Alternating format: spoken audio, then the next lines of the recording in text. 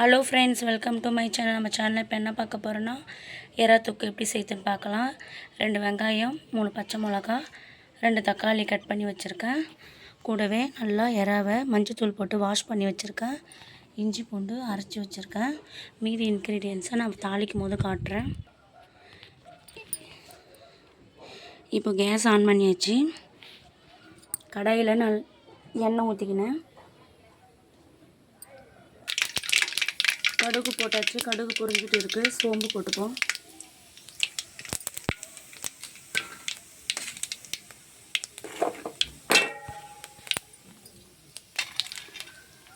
சோம்பும் நல்லா செவந்துருச்சு. வெங்காயம்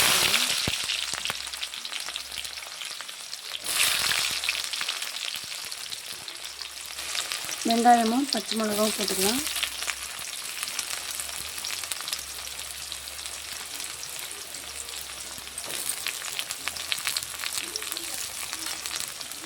நல்லா கோல்டன் ஃப்ரை வரைக்கும் நல்லா வதக்கிட்டுப்போம்.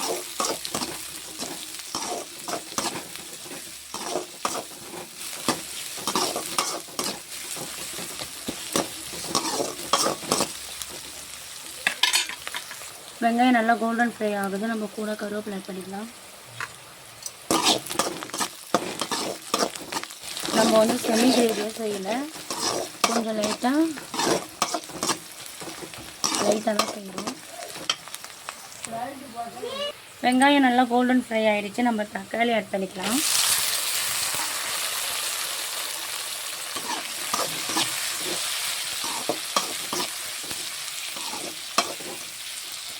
தக்காளி வந்து நல்லா தொக்கு மாதிரி ஆகணும். அது வரைக்கும் நம்ம நல்லா வதக்கி எடுத்துக்கலாம். கூடவே நம்ம லைட்டாக சால்ட் ஆட் பண்ணிக்கலாம். கொஞ்ச நேரம் நான் கடுகு சொல்லணும். சால்ட் ஆட் பண்ணிக்கலாம் வதங்கிறதுக்காக.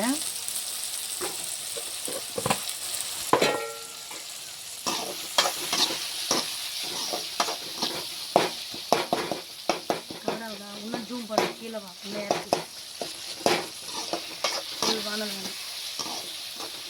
கொஞ்ச நேரம் காய்கறி கிட்ட போய் கீழே. இப்போ பார்த்தீங்கன்னா நல்லா தெரியும், நல்லா வதங்கிச்சு. நம்ம இந்த ஸ்டேஜில் வந்து லைட்டாக மஞ்சத்தூள் ஆட் பண்ணிக்கலாம். இன்னும் நல்லா தொக்கு கிரேவி மாதிரி வரணும்.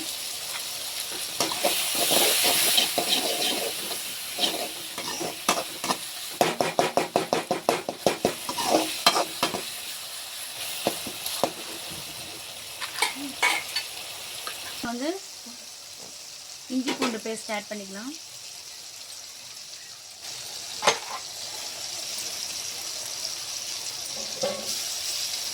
இஞ்சி பூண்டு வந்து நல்லா பச்சை வாசனை போகிற அளவுக்கு நம்ம வதக்கி எடுத்துப்போம்.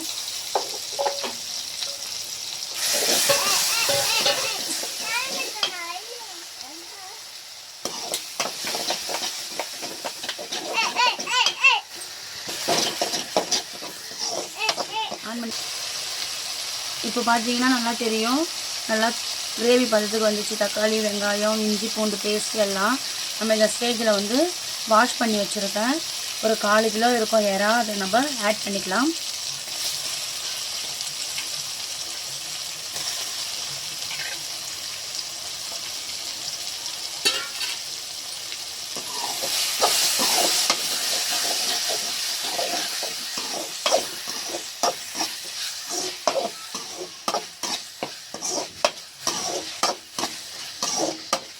நல்லா வதங்கட்டும். இதில் இருக்கிற தண்ணியெலாம் நல்லா இறங்கட்டும். அப்போ தான் டேஸ்ட் இன்னும் சூப்பராக இருக்கும்.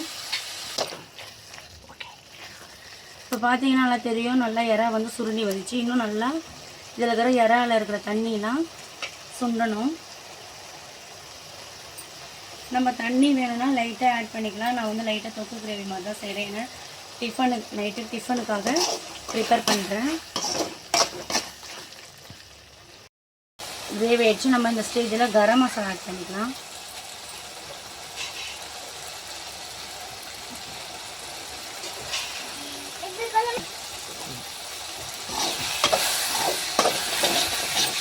கரம் மசாலா வந்து ஆப்ஷனல் தான். நம்ம போட்டாலும் போடலாம், போடலாம் விட்டுடலாம். இது வந்து ஒரு ஃப்ளேவருக்காக தான் நம்ம கரம் மசாலா ஆட் பண்ணுறோம். வேறு எதுவுமே நம்ம ஆட் பண்ண தேவையில்லை. இந்த ஸ்டேஜில் நம்ம உப்பு எப்படி இருக்குன்னு பார்த்துலாம்.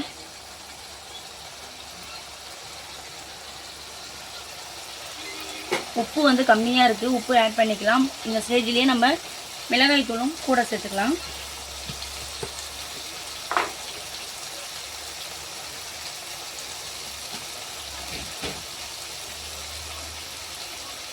ரெண்டு டீஸ்பூன் மிளகாய் தூள் கூட ஆட் பண்ணியிருக்கேன்.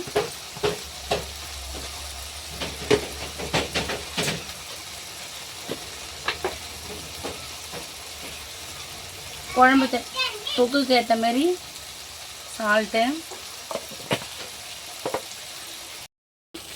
1/2 கிளாஸ் தண்ணி ஆட் பண்ணிக்கலாம்.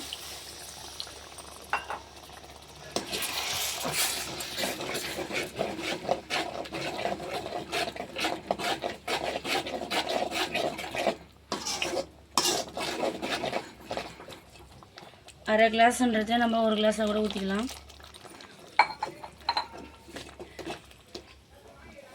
இப்போ நல்லா கொதிச்சு வரட்டும்.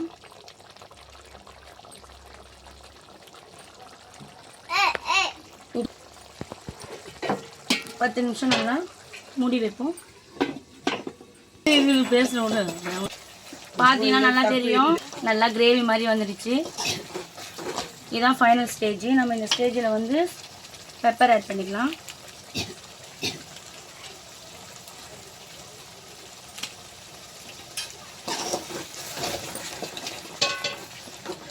பெப்பர் ஆட் பண்ணிட்டேன்.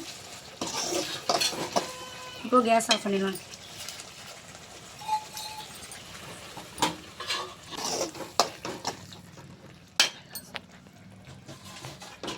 அவ்வளோதான் ஃப்ரெண்ட்ஸ். பிடிச்சிருந்தா லைக் பண்ணுங்கள், ஷேர் பண்ணுங்கள், மறக்காமல் கமெண்ட் பாக்ஸில் கமெண்ட் பண்ணுங்கள் ஃப்ரெண்ட்ஸ். பாய்.